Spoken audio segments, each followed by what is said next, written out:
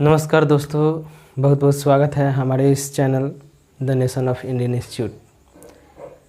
जैसा कि आप सभी जानते हैं, समास जो है बहुत ही बच्चों का प्रॉब्लम रहता है कि हमें समास समझ में नहीं आ रहा है, हमें समास विग्रह करने नहीं आ रहा है। तो इस समस्या को हम दूर करने के लिए आप लोगों के पास समास का बेहतरीन ट्रिक के माध्यम से लाए हैं, जो कि आप लोगों को बहुत ही अच्छा तरीक़े से समझ में आएगा। चाहे कोई भी बोर्ड एग्जामिनेशन हो या कोई भी कंपटीशन एग्जामिनेशन हो या कोई भी कम्पिटिटिव एग्जामिनेशन हो, सभी एग्ज़ामों में इससे बहुत मात्रा में क्वेश्चन आता है। चलिए हम शुरू करते हैं।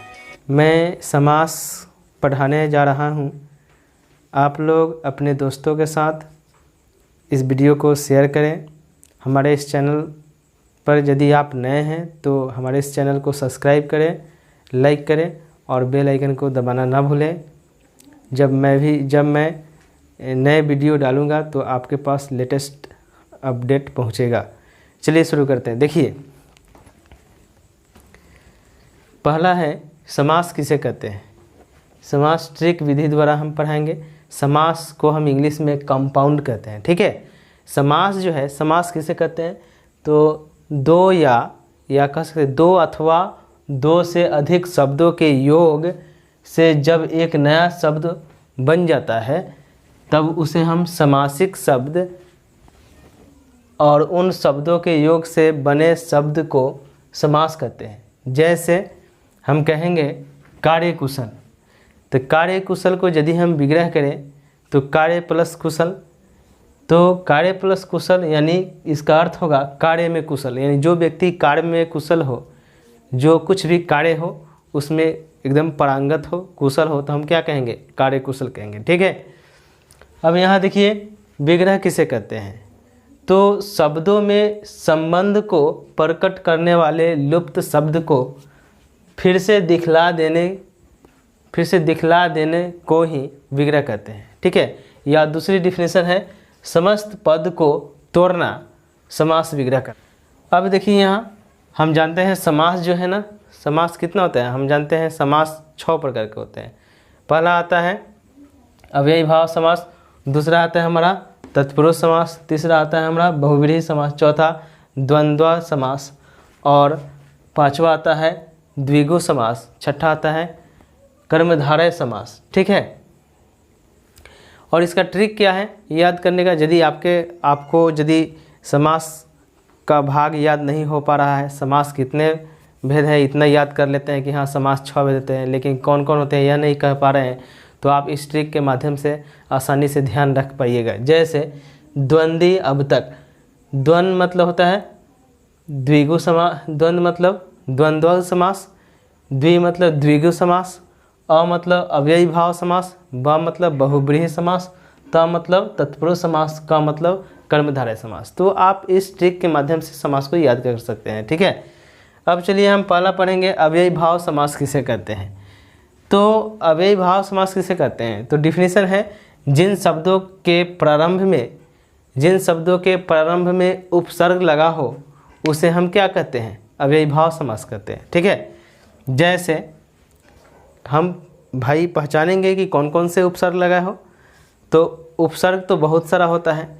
हम जानते हैं कि उपसर्ग किसे कहते हैं, तो किसी शब्द के पहले कोई शब्द लगाकर उसका भिन्न अर्थ प्रकट करते हैं, सार्थक अर्थ उसका हम निकाल लेते हैं, तो वह क्या कहलाता है, उपसर्ग कहलाता है।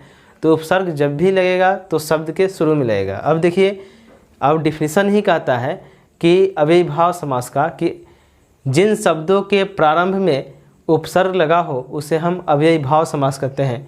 अब याद रखना है कि कौन कौन से उपसर्ग लगा हो। यह ध्यान रखना है कि अव्ययी भाव समास में क्या लगा रहता है, उपसर्ग लगा रहता है, तो आपको ध्यान रखना है। तो उपसर्ग क्या रहेगा, तो उपसर्ग में यथा रहेगा, किसी शब्द के पहले यथा जुड़ल रहेगा, या किसी शब्द के प्रति जुड़ल रहेगा, या किसी शब्द के पहले आ जाएगा, या किसी शब्द के पहले प्र आ जाएगा, किसी शब्द के पहले बे आ जाएगा, किसी शब्द के पहले भर आ जाएगा, या किसी शब्द के पहले अनु आ जाएगा, या किसी शब्द के पहले नीर आ जाएगा। इन सभी उपसर्गों से चलिए मैं आप लोगों को समझाने की पूरी तरह से कोशिश करूँगा। कि आप लोगों को ज़्यादा से ज़्यादा हमारा यह वीडियो समझ में आवे और आप इसे अधिक से अधिक लाइक सब्सक्राइब करें। देखिए पहला यदि हम ले लें उपसर्ग तो हम बना सकते हैं यथाविधि। यथाविधि तो हम इसको क्या कह सकते हैं, यथा प्लस विधि। तो यथा प्लस विधि जो है, यहाँ देख रहे हैं कि हमारा कोई शब्द विधि है और विधि के पहले हम यदि कोई उपसर्ग लगा दे रहे हैं यथा, तो क्या बन जा रहा है, यथा विधि। यथा विधि यानी विधि के अनुसार, इसका मतलब आ जाता है। यथा संभव भी हो सकता है।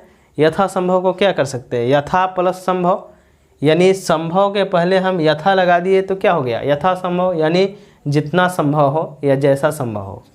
ठीक है। तीसरा आ जाएगा प्रतिदिन। तो प्रतिदिन में हम जानते हैं दिन के पहले हम यदि कोई उपसर्ग प्रति लगा दें तो क्या बन जाएगा, प्रतिदिन। प्रतिदिन यानी कह सकते हैं प्रत्येक दिन या दिन दिन। ठीक है। चौथा हमारा देख सकते हैं कि आजन्म। जन्म के पहले हम क्या लगा दिए, आ, कोई उपसर्ग आ लगा दिए तो क्या हो जाएगा, आजन्म। आजन्म का अर्थ होता है जन्म पर्यंत। जन्म पर्यंत यानी जन्म भर या जन्म भर भी कह सकते हैं। ठीक है। पाँचवा आएगा हमारा बेशर्म। अब यहाँ से देखिए, तो हम समास को जब विग्रह करेंगे, मान लेते हैं आपको कोई समास दे दिया गया बेशर्म। बेशर्म दे दिया गया और कहा गया कि आप इसे विग्रह करके बताइए कि कौन सा समास है। तो सबसे पहला आपका काम रहेगा कि समास को विग्रह करना।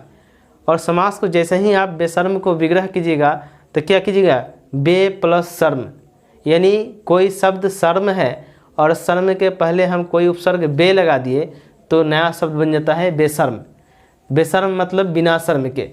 तो जैसे ही हम इसका विग्रह करते हैं बे प्लस शर्म, तो हम यह समझ जाते हैं कि भाई इस शर्म के पहले कोई उपसर्ग लगा है बे, इसलिए यह कौन सा समास है, अव्ययी भाव समास है। तो हम इसको इस तरह से विग्रह करेंगे, बे प्लस शर्म यानी बिना शर्म के, आप ब्रैकेट में लिख देंगे अव्ययी भाव समास। ठीक है। तो हमारी बातों को आप अच्छे से अच्छे समझ रहे हैं। अब ध्यान दीजिए, भर पेट। अब पेट के पहले कोई हम उपसर्ग भर लगा दें तो क्या हो जाता है, भर पेट। भर पेट का मतलब होता है पेट भर। ठीक है। अनुरूप, तो रूप के पहले यदि हम अनु लगा दें, और अनु क्या है, उपसर्ग है, यानी किसी शब्द के पहले कोई उपसर्ग जुड़ जाए तो हम क्या कह सकते हैं कि वह अव्ययी भाव समास है। क्या कि अव्ययी भाव समास का डिफिनीशन ही कहता है कि जिन शब्दों के प्रारंभ में शुरू में कोई उपसर्ग लगा हो उसे हम अव्ययी भाव समास करते हैं। ठीक है। तो अनु प्लस रूप, तो यहाँ अनु क्या है, उपसर्ग है, तो हम कह सकते हैं रूप के योग्य, इसका मतलब होता है। अब हम बताते हैं आपको कहाँ कहाँ उपसर्ग लगा है। देखिए यहाँ यथा, यहाँ भी यथा, प्रति, आ, बे, भर, अनु, यह सब क्या है, उपसर्ग है। और यह सब उपसर्ग कहाँ आ रहा है, यथा, प्रति, आ, प्र, बे, भर, अनु, निर। इस तरह से बहुत सारे इस तरह से आपके पास शब्द आएंगे जो आपको मिलेंगे और कहेंगे कि इन शब्दों का विग्रह करके आप इसको बतावें कि कौन सा समास है। चलिए इसके आगे हम फिर अगला वीडियो लेके आएंगे। यदि हमारा यह वीडियो आप लोगों को अच्छा तरह से समझ में आता है तो हमारे इस चैनल को लाइक करें, सब्सक्राइब करें और बेल आइकन को दबाना ना भूलें। थैंक यू देखने के लिए।